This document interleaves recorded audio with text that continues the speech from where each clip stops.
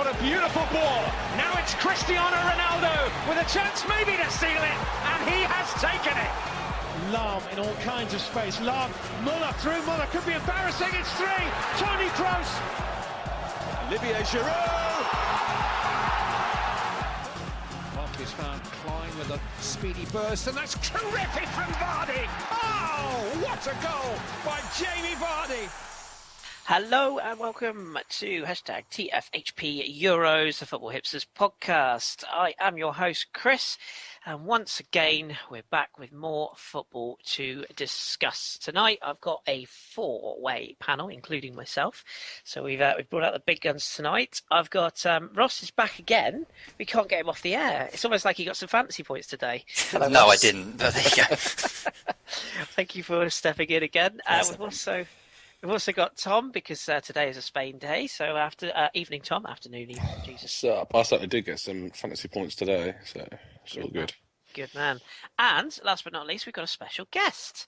And all I'm simply going to say is, she's back. It is Lana. Good evening, Lana.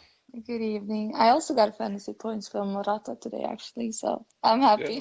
Everybody's happy apart from Ross, so that's good. That's good. Hey, you think we're the weakest team because we're at the bottom. I say we're the strongest because we're holding up the league. It's perspectives. That old chestnut. Yeah, like it. Right then, we've got an absolute ton to cover, so we're just going to leap straight into it. And Lana, we're going to start with you. I know this is going to be painful, as trust me, it is for me as well. I have no idea what you're talking about. Yes, you do. No, don't lie. Unfortunately, Sweden and Italy was the first game of the day today, and it ended in a 1-0 victory for the Italians. A late goal from Eder. We'll come on to Italy in a minute, but you, as a Sweden fan, what did you make of them today? Oh, where do we start? Going into the game, I knew, because, both teams are awful, but at least, main, strength are in defense. Sweden have been, okay. Midfield, both of them are 50-50. And I assumed our attack being, Zlatan up top, we would, at least score. But Sweden have been shocking. I mean, I've never seen Zlatan so weak in a tournament as I have, this summer. Considering it's in France, it's been his home for the past 4 years, and you could see it on his, body language. He's surprised as well. I mean, he walked off the pitch without clapping the fans, and he's never done that before. So he got a lot of criticism for that as well in the media. But they did well. They had a few decent chances, defended well, and for 88 minutes it was good. And then just a total collapse, and I don't know what happened after that, to be honest. I just saw that an Inter player scored, and I just left the pub crying. You were done. You were like, no, I've had enough, take me away. What do you make of Eric Hamren's man? He announced pre-tournament. I think he gave a quite open interview where he essentially sort of said, "Yeah, we're not going to qualify. We're not very good, but we'll just do our best," or words to those effects. And the team have kind of played like that. Is it a case of no Zlatan, no party? Is that as simple as that, or do you think the whole team is just not anywhere near good enough at this stage? I think it has a lot to do with the manager as well. People claim that Zlatan is the manager, he decides a lot and stuff like that. But, a manager, if you cannot inspire your team to greatness, you don't have a place. It's you should just leave the job, which he is. He announced that after the win against Denmark for the playoffs that he was leaving, thank God. But he has a lot of blame as well. His substitutions today were shocking. I mean, you don't take off Ekdal and put on Levicki, he was awful against Ireland. And you could just see that midfield just collapsed slowly. I mean, Källström, he was having cramps, and Larsson was working his ass off, but it didn't help, because Ekdal is such a huge part of that midfield, protecting the back four as well. And I don't know. He was just standing there looking all surprised at Italy scoring when we all knew it was coming. And that's always why I hate the last 10 minutes of a game, especially when it's 0-0, because I know a goal is coming, usually from the opposition, never from my teams. Yeah. So it was, he has a lot to answer for, but again, no one thought that they were going to qualify. But still, Zlatan has a lot to answer for as well, because no shots on goal, and he's just been awful. I don't know if it's in his injuries, because it was reported before the Euros that he was injured. He was struggling with his knee again, but he hasn't looked he hasn't looked like he's been injured, or there hasn't been any reports that he's been playing with injections as he has previously. But, Italy's tactics were to, shut him down, and they did it brilliantly, as we saw today. I mean, from defense to midfield to attack, that was, shut down Zlatan, and basically you could just walk all over Sweden. And walk all over. They did. I think Mina Rizuki tweeted, "There's nothing more beautiful in football than a Chiellini-Zlatan battle," but it wasn't really much of a battle in the end, and unfortunately, so it was poor. And never trust a manager who looks a little bit like Jerry Springer. It's never a good start, I don't think. But what do you, just quickly before we move on to Italy, what do you make of their chances now? I mean, in theory, they can still qualify, but they're going to have to put out a hell of a performance against Belgium. Yeah. Do you think they can? I had such hope when, we were entering the 88th minute. I was like, okay, a draw is nice. We could, if we could get a decent result against Belgium, we might actually qualify. But then I read that we could qualify as the best number 3 as well, but I don't see that happening. But, I just hope we put on the game of our lives against Belgium, and just pray that Belgium and Ireland draw tomorrow. I think it's tomorrow they're playing. And just depend on Italy to beat Ireland, but I doubt the Italians will do us a favor because they're scumbags. And they're still bitter about the whole, under 21 tournament from last summer. So I don't know. We just have to pray and hope to God that Zlatan decides to show up. Yeah, it's just so frustrating because I've always loved Sweden. Yeah, we've discussed this on our interview, but they just haven't been good enough. And my Swedish is terrible, but Sveg Havar Skit, I think I'm going to go with. I think that's roughly how you say Sweden have been crap. I might be completely wrong.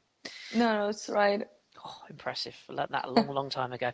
Anywho, let's quickly come to Ross on Italy, because Ross, you wanted to give some love to Chiellini, who sort of essentially, can we call it a second assist? I suppose we can, for the Eder's winner.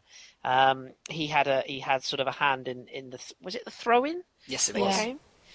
What do you want to say? Because you love Chiellini, don't you? Yes, I love Chiellini because I love defending, and Italy have defending down to a T, and I think you saw that with Sweden, because I didn't see anything from the front line, and it was because of Chiellini, Bonucci and Barzagli. I mean, Chiellini's got people shadowed 5 feet away. You can already see where they're going. He's running ahead of them. He's blocking them off. It was fantastic to watch Chiellini today. And then when the goal comes, I don't understand why no one is talking about this, because I thought it was fantastic. The ball goes out for a throw-in, and if you haven't properly taken this in, go back and watch it, because the ball goes out for a throw-in. I don't know why Chiellini is the one that's in charge of the throw-in, but he's gone over for it, tried to kill the game down a bit and just kind of take it a bit slowly. He grabs the ball, turns around, and before anything, he's just hurled it. It's the quickest throw-in I've ever seen, just in terms of turnaround. He's launched it. He's not even launched it to anyone. He's just launched it into the correct space. And then Zaza runs onto it, drags the defender with him, gets his head on the ball, flicks it down to Adair, who's now running into the space that Zaza's created, and he curls in the winning goal. Now, I think it was Grankvist who went down far too early trying to stop the shot. But at the same time, it was a bizarre attempt to stop him. But the throw, I mean, I don't understand why no pundit is talking about it, because the knockdown is brilliant from Zaza, so is the run. The finish is brilliant from Adair. But the quickness and the sharpness of Chiellini to turn around with that throw-in and just launch it as quickly as he does into the perfect space and pull that striker across and open up that space for Adair, I thought it was fantastic, and no one is mentioning it. So I'm glad I got pulled on today, because it has to be said that throw-in was fantastic. So was the whole Italian move, and the goal was very nice as well. But Chiellini won't get any points for it, sadly. But I thought that throw-in was absolutely fantastic and deserved pointing out. Good for you. Well said. Hashtag Chiellini love. And just quickly, Tom, I know you sort of been across a lot of the other games today, but just quickly on Italy as well. Have they impressed you as much as other teams that you've seen in this tournament so far? Because it's 2 wins out of 2, and I think I saw an amazing stat. They haven't conceded a shot on target this tournament. Is that right? I think I saw that somewhere. Yeah, I think that's right. And in the opposite parallel, in Sweden haven't had a shot on target all tournament either. And they've still scored, so they've gone the Albanian way of having their top scorer as the own goal. But no, I've been impressed with Italy, considering how people rated them before the tournament. Obviously, losing Marchisio and Verratti was such huge losses in that midfield. But Parolo's come in and done a good job of just getting on to play as quickly as possible. And he got unlucky when he hit the bar of a header as well. So they could have scored. I have to admit, it was probably the worst game of the tournament I've watched. I'll sit there doing the minute by minute for our Twitter account, and it was not a frenzy of tweets coming from the account at all. But no, it just showed Italy, as John said, we're not pretty, but we get the job done, and that's what they did. Absolutely, yeah. But you can think, you mentioned Verratti and Marchisio, obviously, but what Conte has done, he's taken the heart of that Italian team, which is the Juve defense and Gigi Buffon, and, built on that, which is, I don't think any other country in the Euros has, that back three plus the goalkeeper being so stable, and you win tournaments based on a great defense. You just look at the World Cups and how they did. I mean, that's how he started the Juve success as well, when they went unbeaten in his first season. So I said this before the Euros as well, that Italy will go far. People claim they have a shit team with, no attacks and stuff like that, but that's where Conte's greatest strength also lies. He doesn't rely on strikers to score goals, which we also saw in his first season at Juventus, with Vidal being the top scorer and, goals being spread out through the team. So, you also saw against Belgium, with Bonucci's assist. When you mentioned Chiellini's throw-in today, I think we should mention Bonucci's assist as well. There again comes the Juve love, but I still hate them. Yeah, and you make a good point. I mean, as you say, building a defence that is played together is just logic. It's what people have been saying about England, about playing players that play together at club level. So I think that is yeah, but that doesn't necessarily mean that they will perform the same way. This is what I always hit down so hard on when it comes to players. When people say, "Oh, why didn't they pick Benzema for France?" It's because he doesn't perform the same way for the national team as he does for club. Very few players do. But the Italians, I don't know, it's something in their mentality to take their club form and perform for their national team as well. And very few players do that. So you have to admire the Italians, grudgingly, she says. Yeah, but, all hatred aside, I envy them. I mean, being able to put out that back three, and then you have the best goalkeeper at the back. I mean, how can you not be calm and expect them to grind out those typical 1-0 wins? I mean, that's what we saw against Sweden today and against Belgium as well. But it will be interesting to see how they do against Ireland, that's for sure. Yeah, that one is to come. Absolutely. We'll shift gears then, and Ross, I'll come to you next, because you had the pleasure of live tweeting the game for us between Croatia and Czech Republic, and I must confess, being a brilliant host that I am, I was only able to listen to this, sack the host, but you saw it live, and you live tweeted all the way through, and this game had it all, some good and some really not good, which we'll touch on in a minute, but 2-0 up and cruising, and then all of a sudden it kind of went a little bit dodgy for Croatia. So what did you make of this game, and take us through the events of today that you saw unfold? Well, the first half was a shooting gallery. It was more of a case of how many Croatia would get, because the Czech Republic, I wouldn't say they were out of it, but they just couldn't find the rhythm up front. It was because Croatia have just got this embarrassment of riches in midfield. They can just control games and shut people down. And the Czechs did have a couple of opportunities, but nowhere near the same quality as Croatia did. And I was watching it during the first half, and it was literally just a case of when, not if. And as soon as the first one went in, you thought, right, this is going to be the first game where someone's going to get more than 3. This could be a whitewash. This just looks so easy. They did get the first goal. I can't remember who it was off the top of my head. It was Perisic with the first goal. Yes, yeah. It was Fantasy points. yeah, tell me about it. It was I can't pronounce this guy's name. Badelj. Badai. Badelj. We'll go with Badai, but right. yeah. He tackled. He won the ball back on the halfway line. The ball goes loose. It's Perisic that picks it up, and he's got a defender in front of him, shadowing him all the way through. He just does this little drop of the shoulder, opens up a little bit of space, and whips it across the goal. It's a lovely finish for the opener. But I think the big curse for Croatia was only going in 1-0 at half time. If you'd got a second one, it probably would have killed the game off. But at 1-0 at half time wasn't comfortable enough.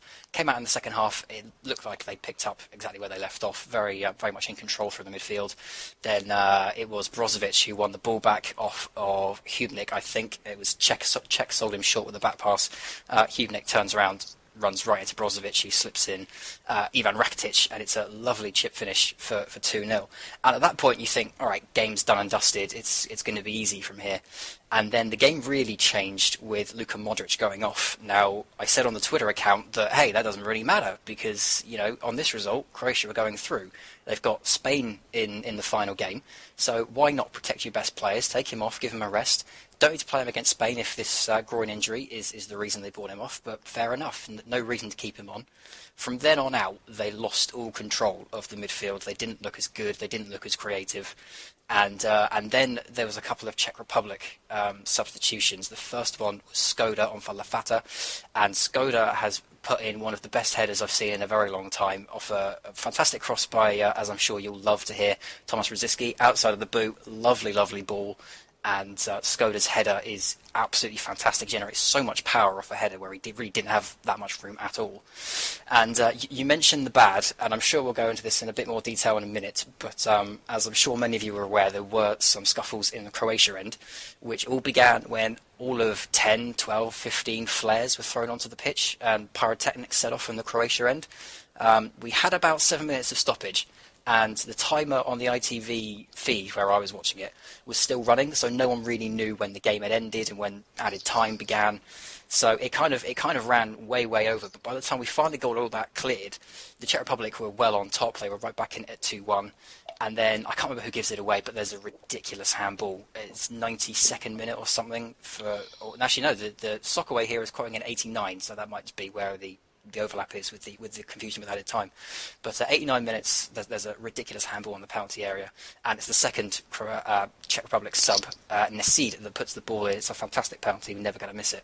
But the real irony of it is, of course, if the Croatia fans hadn't kicked off the other end, the game would have been long gone.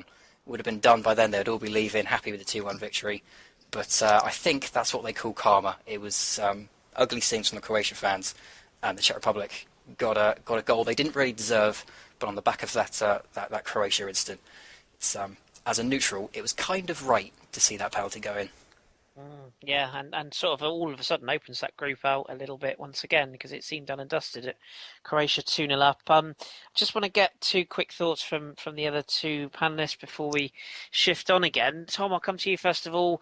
There was a suspected injury to Thomas Rosicky, and putting our Arsenal bias aside, but at the same referring back to it, this is if it's as bad as it sounds, and I haven't had any confirmation yet, but if it is a hamstring, and if this is the end of Rosicky, I mean, it's a really sad way to go, because surely his career can't be much longer, and the guy just can't catch a break, can he? No, it's a huge shame. I mean, it's funny because me and Drew were talking in the chat while the game was going on. Like, this talent can't be wasted. I'm not using talent on an older player, but this ability can't be wasted by letting this player just go off and let his career end at this point, because he's still got so much to give, and he showed that in the game. I mean, he got a great assist, as Ross put, the outside of the boot cross that I've now caught up and seen was fantastic, and the header was even better. But I mean, this guy he's just got an ability on the ball. Like, it's just quite unique to other players. The way he just glides across the pitch with the ball at his feet. And we're trying to not be so biased as Arsenal fans, but we've watched him for years when he's not been on the treatment table, and he's a pleasure to watch. Not just because he scores great goals against Spurs, but just what else he brings to the club. And it'll be a great shame because he really plays like somebody who's not at the age that he is. He plays like a person who's much younger, so free on the ball, but. It's just a recurrence of injuries that have hampered him for his career, and it seems that it will happen again. But if this is the end of it, then it was a great performance that he put in his final match, if it turns out to be so. We wish you all the best. And Lana, just a quick thought on Croatia. If they do get through, which they probably will do, they've probably, or arguably, got one of the best midfields in the tournament. But can they go deep into a tournament with only Mario Mandzukic as the front man? You've seen a lot of him at Juve. I think they have the best midfield, like in terms of how complete they are. I said it as well before the Euros. They actually have a better team than France does altogether. But then again, most teams are better than France these days. I think they'll go far, but you have to look at the defense and how easy it is for the opposition to score against them. We saw it today as well. I didn't see the whole game. I saw when they were 2-0 up. But they're an exciting team, so I hope they go far. But we'll see how it goes. I don't think, in my opinion, I haven't seen any standout teams so far. I mean, they've all been, compared to, the previous Euros, where you've had, teams that stood out right away. I think they've all performed 50-50 compared to before. And if you look at the ability of the different players, they should have performed better. I mean, in my opinion, not even Germany has been that impressive. Portugal, I thought that they could be dark horses, but I mentioned it in their last podcast as well that they could be dark horses, but so far I haven't felt that excitement of a team yet. No, I'm kind of with you on that, and I've tipped Portugal as well. So you and me both, we've got that one a bit wrong. Can I so just far. jump in quick on something? Ross mentioned it when Luka Modric went off, and then basically it fell apart in midfield. It just shows how key that guy is. I mean, I've gone on record and said that I think he's the best central midfielder in the world, and I'm talking not central defensive midfielder, not central attacking midfielder, central midfielder. Just to clarify, because a lot of people get that mixed up. But, yeah, you have to clarify. Yeah, exactly. These days. And for me, the control, as Ross put it, they just lost control on that point. He's just so integral to that midfielder, getting the ball forward, but at the same time chasing down players. His work rate's ridiculous, and just the accuracy of his passes is so key to that side. Because it's like, I don't want to compare in quality to Mikel Arteta, but we've talked about Arteta in a way at Arsenal where he just brings a calmness to the side, and it just keeps people not on edge, and they know what their job is, and it's that leadership sort of sense in a way. But it's going forward, that injury is a bit worrying, because if he doesn't come back, then I don't think Croatia will go past the next round. Oh, he got injured? Yeah, apparently. Yeah. Well, the rumour was, because on Radio 5 they were saying they've taken him off to rest him, but then he was holding I think it was his thigh, wasn't it? Or his groin? Yeah, there's a suspected groin pull, which he was walking a bit funny as he came off the pitch, but for when we were watching it live, it didn't seem like there was a problem until he started leaving the field, so we don't know how severe that injury is. But I agree with you guys. He is the best central midfielder. He is, and he's evolved so much. Yeah, I agree with that. Leaving England, and he's very underrated in my opinion. I see him getting a lot of abuse on Twitter sometimes, but he's a great player, and it would be a shame if he got injured. I'm going to resist the temptation to say player leaves Spurs and gets better. Moving on quickly. Sorry. I've just alienated the one Spurs fan we might have. I do apologise. Ross, just quickly before we leave this game, you just had something to add on Mandzukic? Yeah, I mean, I'm sure Lana can tell you more about Mandzukic's strengths as a out-and-out striker, but from what I saw of Croatia today, their best play came along the floor. It wasn't up, over his head. There weren't many chances for him to do knockdowns or to try and head it towards goal. The best play was always along the floor where the midfielders could run around. So if that's the way they're going to play, then Mandzukic is not going to be all that influential. But if they can start getting it up a bit more and try and get it to head, then he could still be a very useful weapon for them. But for me personally, I think Croatia look best when it's on the ground and it's nice and slick and there's free movement along the three central midfielders. Are they playing a front two? They are playing a front one, I think. It's 4-2-3-1, isn't it? Yeah, they've got 5 midfielders on because they've just got so many good midfielders. So I think it's Mandzukic up by himself. Yeah, because people were like asking why isn't Morata playing for Juventus this season, and it's if you look at you were mentioning that it was all on the ground. That's where his strength is when he plays with the ball up front. Since the ball is so short, and he opens space for the ball to be able to score. And I think he's been a big part of the ball being so successful for Juventus this season is because of the assists and creating space for him to run behind the defense, and he's a target man, but he plays so well next to someone who someone like Dybala, and I don't think I think he needs a partner up front if they are going to play to his strength. Otherwise, as you said, he's better off sitting on the bench and being rested for Juventus next season. Yeah, I agree. He's very underrated. He was good at Atletico as well and didn't get nearly enough credit there. And a quick word for Marcelo Brozovic as well, who's been fantastic in both games. Yeah, he's been great. He really has. Let's skip along to Spain then, our final game of the day. And Tom, you were obviously across this one live tweeting for us and following this. Spain have kind of woken up after the first game, which was largely lots of possession and pretty patterns, but not a lot of end product. Well, tonight they swept aside the Turks by 3-0, and we have to say Turkey, from what I've been told, were not great, but equally Spain were great. So understatement. Yeah. But it was the dynamic duo that got the goals for Spain tonight, Nolito and Tufel Morata.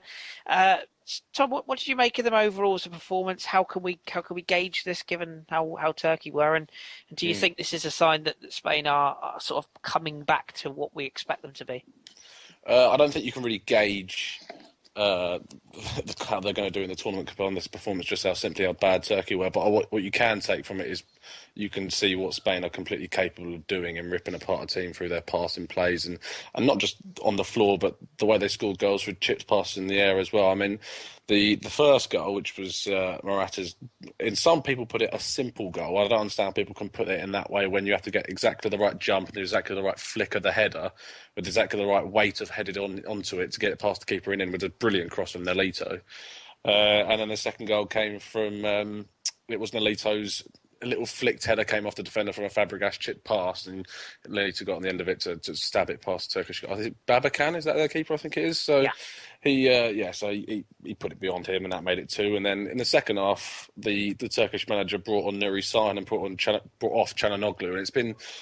When you look at Turkey, you look at their 2 players of Turan and Çalhanoğlu, and you think they're going to be the 2 danger men in that midfield, but they just haven't performed this tournament whatsoever.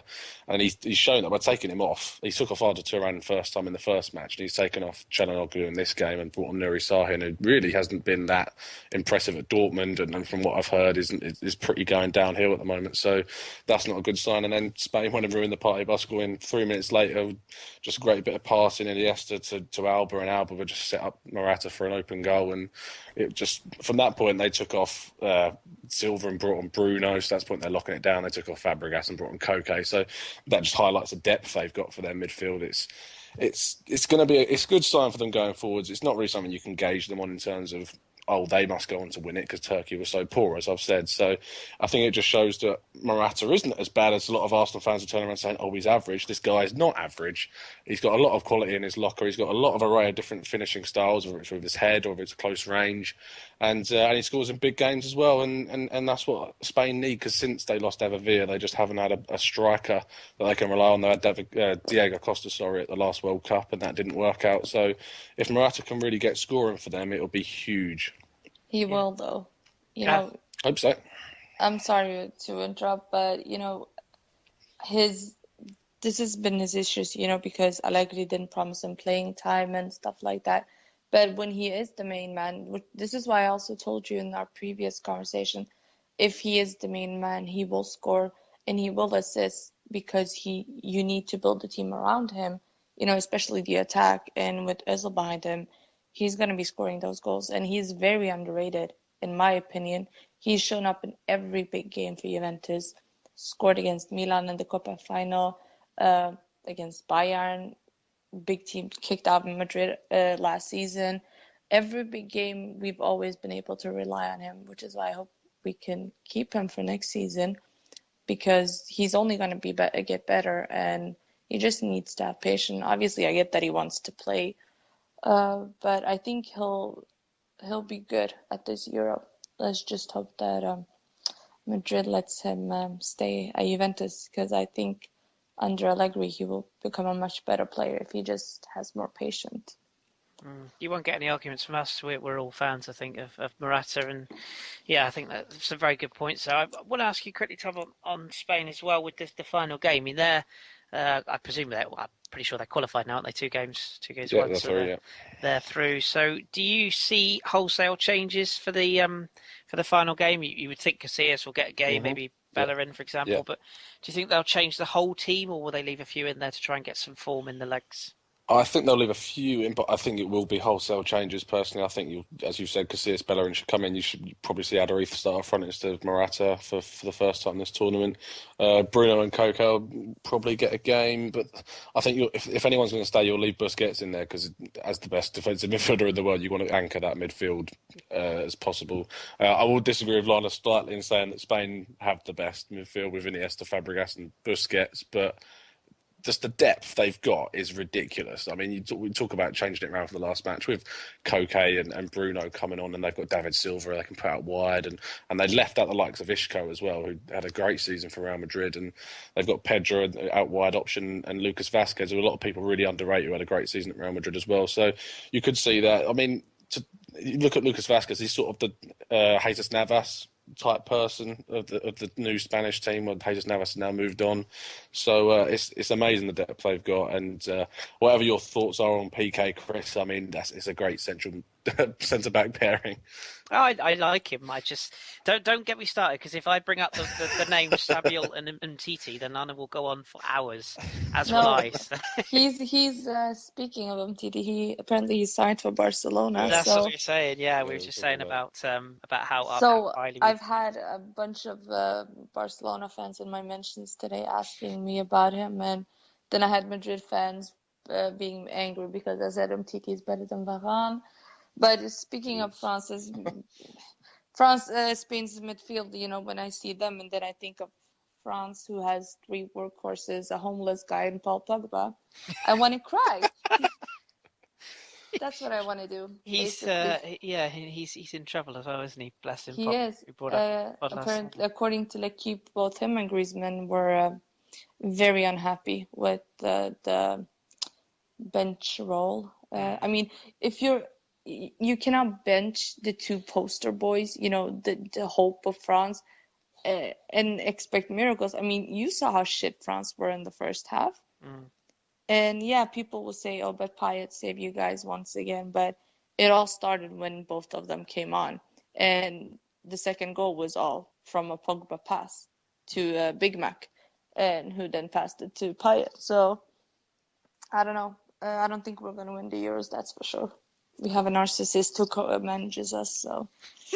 Yeah, we know your thoughts on Mr. Deschamps, and I like the fact you're honest in exactly how you think, and I think a lot of people share that view. But final thing on Spain, I'm going to ask Ross this actually, because he's completely unbiased on everything really. But Ross, do you, if you look at let's say the big 4 teams, Spain, Germany, France, and You're going to ask me who's looking best, aren't you? Well, kind of. Yeah. Who's the 4th team? I was going to say probably Italy. Would you say? Well, let's say of those 4, let's say they're the 4 big nations, or the 4 that people would say are likely to be favourites. I mean, who's impressed you? Because Spain turned it on tonight. Yeah. Italy have been consistently good. Germany kind of shat the bed the last game, but looked quite impressive first game, but don't have a centre forward. And France have got everything. I mean, there's so much pressure on them, and they've ground out 2 victories, but will probably only get better, you'd like to think. So who's Not impressed really, you? but Agreed. If we can but hope. But what do you reckon, Ross? Do you think Spain are the pick now? Or? I think the way this tournament has gone, the most successful style of play has been defending, because you've seen even the minnows have come out with some fantastic results. They've pushed them all the way. Albania certainly didn't deserve to lose to France. Romania, I don't think, deserved to lose to France in the opening game. They didn't. The defending has been fantastic all the way through. So you ask me who's the best. The thing is, with these kind of tournaments, you're looking for teams that are going to outgun the other big teams, and for that you'd say Spain, because they were so good today against what was a very, very poor Turkey side. But on the flip side, I think the team that's looked the most organised, the team that's impressed me the most, has been Italy. But at the same time, can you win a defensive tournament with a defensive team? I don't know. I can't answer that question. I can. France won the World Cup without a striker. That's a good point. Yeah. I mean, if you look at the '98 squad, we didn't have a striker. Stefan Givash, wasn't it, back in those days? Yeah, but he didn't count as one. No, we didn't acknowledge him. Agreed. I mean, and Henry was only 20. Yeah. Trezeguet was still young, but we had a great defense, and the greatest midfielder of all time happened to score twice against Brazil. So. Answer your own question then, Ross. You know, if I asked you that question, do you think a defensive team can win a defensive tournament? Yes, but I have a funny feeling, as I said in the preview pod, and this opinion has only grown stronger as the tournament's gone on. I think we're in for a new winner. I think we're in for a shock winner. I think that a Romania could win this. I think an Albania could win this, because it's just been that kind of tournament, as long as they've got an outlet. And Italy do have that outlet, because although Pella was maligned today, they still have very good strikers. Eder and Zaza are good replacements. They can move well up front. So if I had to pick from those four, I'd probably say Italy, but I think that this tournament will be absolutely decided on whether Spain can outgun people or if Italy can just grind things out. If it's those two at any point, that game has your winner in it. I'm guarantee you that much. But for me, it's too tight to call. I think of the four you've just given me, if I was going to put my money on someone, it would be Italy. But it's very, very tight for me. That's what I did. I put my money on Italy winning. It's a good bet right now. It looks a good bet. Put it on Austria. Whoops. And if you want to tune into the live Periscope fight between Ross and Tom, we will be making that live soon. They'll just glove up after this podcast and they'll fight out between who's best. Right, okay. Let's whip through a couple of bits and bobs then before we end the podcast. Then I'm going to ask you all for a one-named hipster's choice of the day before we have a little preview of tomorrow's games. So let's have your one player of today's games that stood out for you. Start with you, Tom. It's tricky I've got to go from the Spain game, but Morata finished off the chances. Nolito made them, but for me, Alba was brilliant, like fantastic in that game, running down that left-hand side, and he set up Morata's second goal. And if he does that in the rest of the tournament, it can be echoes of, like, I remember the goal he scored against Italy in Euro 2012, I believe it was the last one. And he can do that from left. He's a left winger at a left back. It's incredible what he does down that side. And for me, he was just fantastic today. Fair enough. Ross, who have you gone for? For me, it's Brozovic. He was fantastic. I know Modric will get the headlines for how well he did in the first half, but Brozovic was absolutely everywhere for the entire game. And although Croatia did end up throwing that away, I thought he was just the standout player. Every time I looked at the TV, he was the one that was causing the havoc. So for me, it's Brozovic. Two good shouts. Lana, who's your choice for today? Believe it or not, Chiellini, actually. There we go. Would have been my second choice. Yeah. Not many defenders can close down Zlatan Ibrahimovic so successfully during 90 minutes. So you have to give the guy credit. I mean, it's only fair. Three excellent choices. I have to adjudicate. This is my job, and it's tough. Do you know what? I'm gonna go with Ross on this one. I'm glad you did. Yeah, I'm gonna go with Marcelo Brozovic, and not because the other two choices were not good, because they both were. But I just think to play as well as Brozovic has in 2 games straight deserves a mention. And yeah, I think he's been really, really good. And sadly, it probably means Inter will have to end up flogging him. But I think he's going to be the one I'll pick today. So I'm going to give it to Ross. Right, let's have a very brief look at tomorrow's games then before we wrap things up. Tomorrow's schedule then, we've got Republic of Ireland, Belgium. I nearly skipped ahead of one then. That's at 2:00. We've got Iceland, Hungary, and we've got Portugal, Austria. I'm going to give Lana the Belgium Ireland game, just to give your thoughts on that. Is it a must win for Belgium, do you think? Yeah, but I'm hoping for a draw for Agreed. Sweden's Yeah, sake. yeah, I'm with you. I'm completely with you. Do you think Ireland have got enough to get that draw, though? I mean, Belgium were so disappointing in that first game. They can't be that bad again, surely. Yeah, but who was it who mentioned the small teams? They Mm. tend to do well against, the alleged favorites. I mean, Belgium, they were hailed as favorites going into this tournament, but they've been shocking. Mm. It's like they're a bunch of individuals who cannot play collectively. And it's a shame, considering the players they have, but I think that Ireland could get a result. They might even win tomorrow. You don't know in football. It's especially in this tournament, it's been so unpredictable. I'm with you, actually. I'm with you. I think there could be a shock there. Now, Ross, let's quickly touch on Iceland, Hungary. You were impressed with Hungary, weren't you, in their first game? It's impressive with Iceland as well. I was going to say, and Iceland, yeah, speaking of which. So, this one for me has got draw written all over it, but what's your thoughts? Yeah, I think it's going to be a draw. But I said this on the pod when the Iceland game had happened with Portugal. I think this is the biggest tie of that group now. I think this is absolutely massive, and I'll be fascinated to see who wants it more, if anyone. I think personally, both teams would be relatively happy with a draw, and they'll take their chances getting second. But realistically speaking, both teams are going to want to win this just to be safe, because they'll both look at this as a winnable tie. But for me, that's the game of the day tomorrow, because there's a lot riding on that, and there's two teams that will fancy beating each other.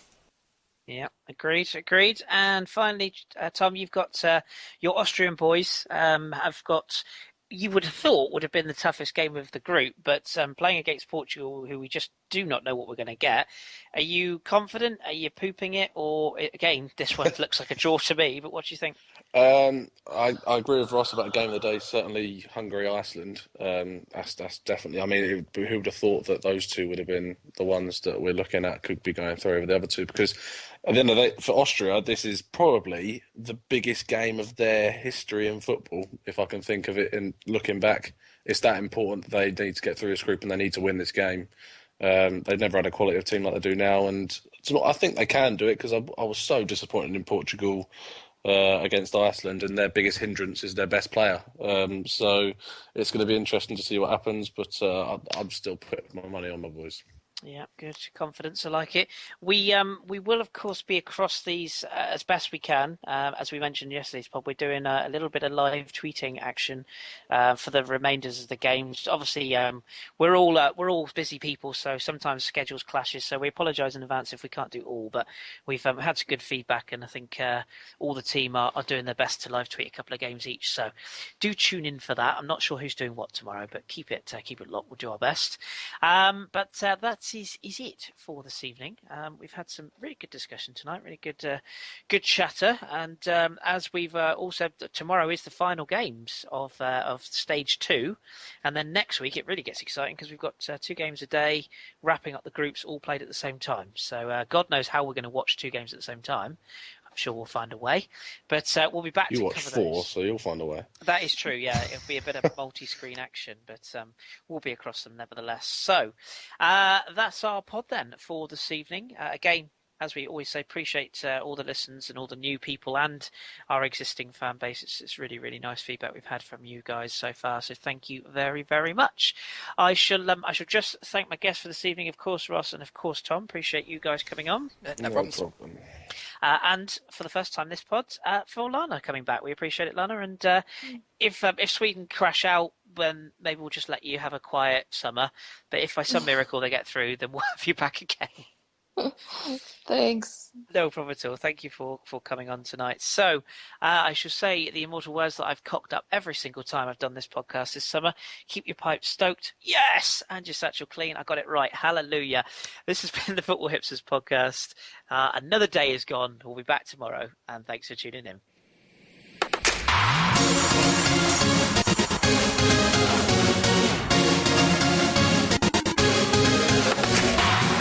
Drops for Fabregas, who looks for Iniesta, who's onside! Spain score! Hazard, well, he is a match winner. Is this the moment? It is! Divock Origi! There, and now Killer.